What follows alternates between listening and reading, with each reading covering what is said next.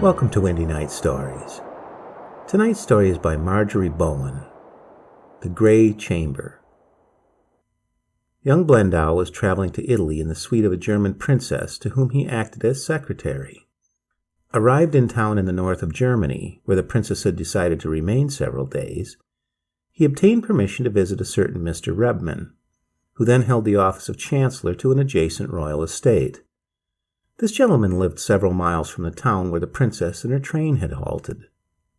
Blendau had been educated with him and had not seen him since he was 14 years old, that is to say, for about 7 years. He thought, therefore, that he would make his visit a surprise to this friend and his family, and as he knew the country perfectly well, he hired a horse and set out alone across the forests, although it was the middle of winter. The weather was very fine in the morning, but in the afternoon he perceived that the sky became covered over, and towards evening a heavy snow began to fall. This caused a considerable delay to Blendau. The path became heavy, large snowflakes blew into his eyes and blinded him so that he could not guide his horse properly. He mistook his way several times, and though he calculated on reaching Mr. Rebman's early in the afternoon, it was not till 9 o'clock at night that he at last arrived, cold and exhausted, at this friend's, having made a detour of 20 miles. Mr. Rebman hardly recognized him, so much had he changed since he had last seen him. When, however, he discovered who was this late guest, he received him with great pleasure, and only regretted that his wife and children had gone to a neighboring town on the occasion of the marriage of a relative, and would not return for several days. He ordered a good meal for his friend and some of the best wine in his cellar, and after Blendau had drank 3 bottles of Meersteiner, and gossiped all over that had happened to him during the last 7 years, he felt the fatigue and vexation of his long ride pass. Nevertheless, an extreme lassitude overcame his spirits, and he was forced at last to break off the hilarious conversation and demand permission to retire to bed. Mr. Rebman admitted with a laugh that this put him at a difficulty. His lady was away, and all the chambers save those occupied by the family were dismantled, while the prudent housewife had taken with her the key to the coffers which held the sheets, the coverlets, and the mattresses.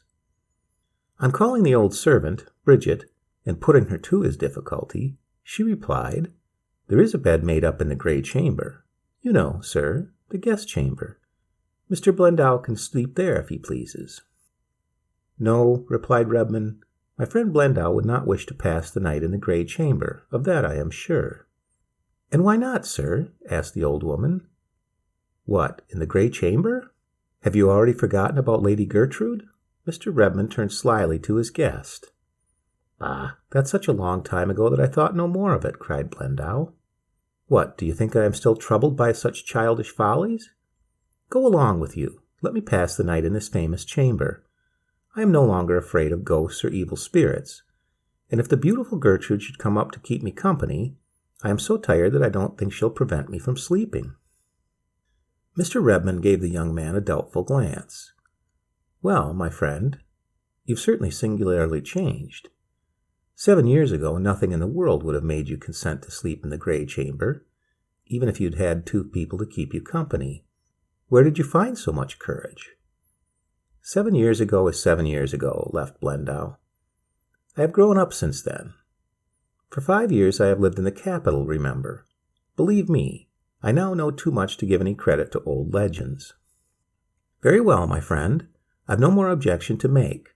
May heaven watch upon your rest.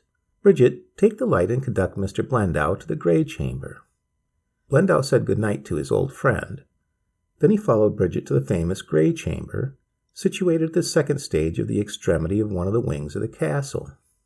Bridget put her 2 candles on a dressing table, on either side of a mirror of oval form, surrounded by an interlaced antique border. The old woman seemed ill at ease in this vast chamber. She made a slight curtsy to Blendau and hurried away. The young traveler stood for a moment, considering the apartment which had been familiar enough to him and had always, in the days of his youth, filled him with terror. It was still in the same state it had been when he had seen it last. The enormous iron stove bore the date of 1616. A little beyond this, in the corner, was a narrow door, the upper part of which was composed of squares of ancient glass, heavily leaded. This led to a long, somber passage which wound round the tower to the subterranean dungeons.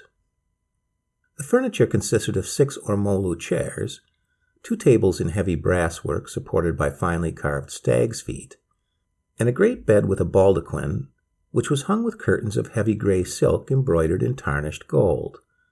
Nothing in the room had been changed for perhaps more than 100 years, for the chancellorship of this royal domain had been confided from time immemorial to the family Rebman. The chatelaine Gertrude was of an even greater antiquity. How often had not Blendau heard her horrible story?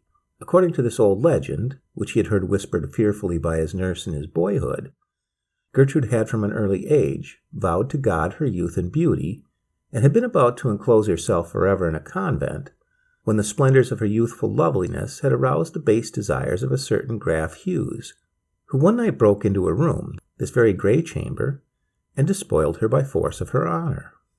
Gertrude swore on the crucifix that she had called for help, but in this lonely part of the castle, so far from the other apartments, who could hear the cries of agony and innocence?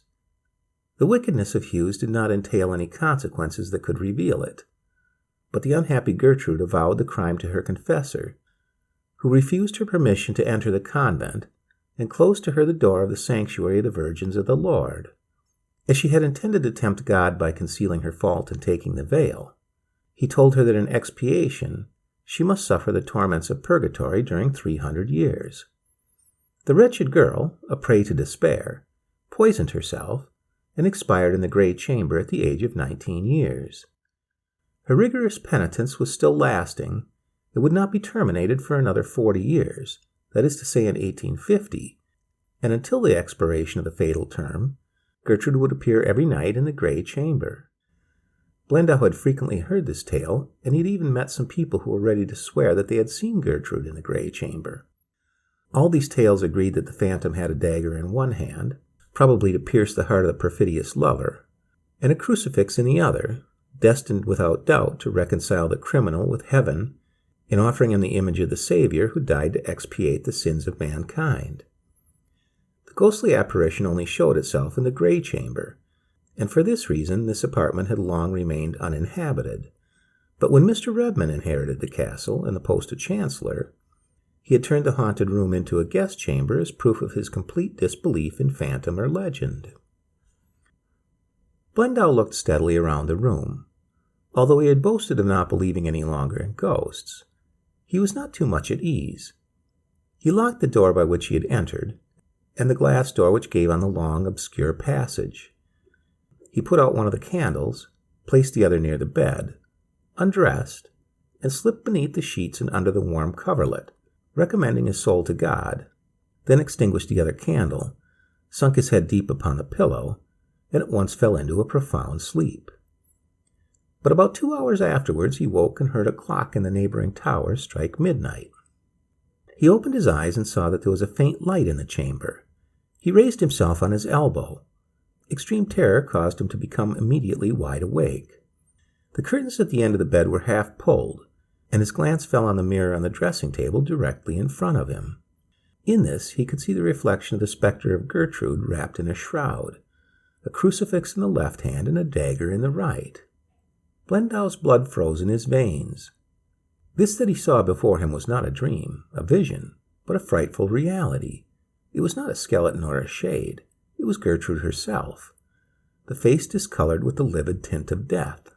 A garland of ivory and rosemary was interlaced among her dry, colorless locks, and as she moved, Blendau heard the rustle of the leaves of this dead chaplet, and the sound of the hem of the shroud dragging on the floor. He saw in the mirror, by the light of the 2 candles, both of which were now burning brightly, the fixed brilliancy of the eyes of Gertrude, the pallor on her lips. He tried to leap from his bed and run to the door by which he had entered, but the fright had paralyzed him. He found that he could not move. Gertrude kissed the crucifix. She seemed to be praying under her breath. Blendau distinguished the movement of her lips, which still carried the marks of the burning poison. He saw the eyes of the unfortunate wretch turn towards heaven. She raised her dagger and advanced towards the bed with a terrible glance. Blendau was about to lose consciousness as she opened the curtains of the bed.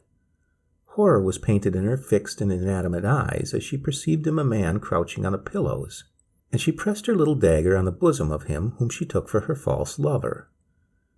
As she did so, a cold drop of poison fell from her garland onto Blendow's pallid face. At this he gave a piercing cry, flung himself from the bed, and rushed to the window to cry for help.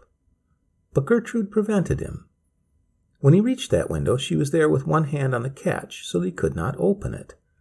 With the other she caught him round the waist, and he gave a piercing cry, for he felt through his nightshirt the glacial impression of the cold sweat of death coming from her clasp. He observed that she had now neither crucifix nor dagger, and that she seemed no longer to wish for the life of the unhappy Blendow, but, what was more horrible, that she appeared to offer and expect the embraces of love. As the icy spectre folded him in her arms, Blendow dragged himself away with long shudders of terror, and hurled himself towards the little glass door.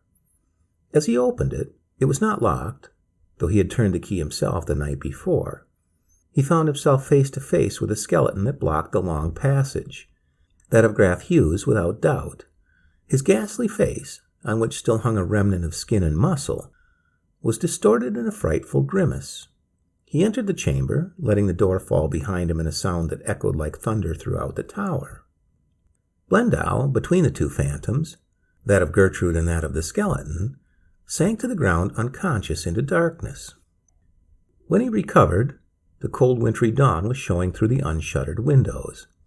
Blendow, stiff and chilled, his shirt still bathed with sweat, rose from the floor and with trembling hands searched for his clothes. Though unutterably weary and shaken by nausea, nothing could have persuaded him to endeavor to obtain any repose in that apartment.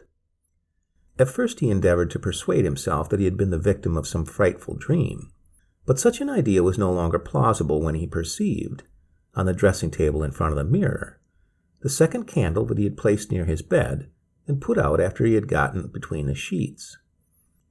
He remarked that these candles were half burnt down, although they had only been lit for a second the night before. He also discovered that the two doors which he had locked the night before were again fastened as he had left them. Blendow had not the courage to relate his adventure to anyone. He did not wish to be laughed at for a susceptible fool, and made the subject of the pleasantries of the family of Rebman. On the other hand, if he was able to persuade his host of the reality of his vision, who would dare to continue to inhabit the castle where Gertrude and the hideous skeleton of her lover had a rendezvous every evening? Then again, if he was silent, he would be asked to spend another night in the great chamber, and that he felt he had not the strength to do. He therefore dressed himself in haste, crept through the castle while everyone was still asleep, went to the stable, mounted his horse, and without taking leave of anyone, rode away through the snowy forest towards the city. The end.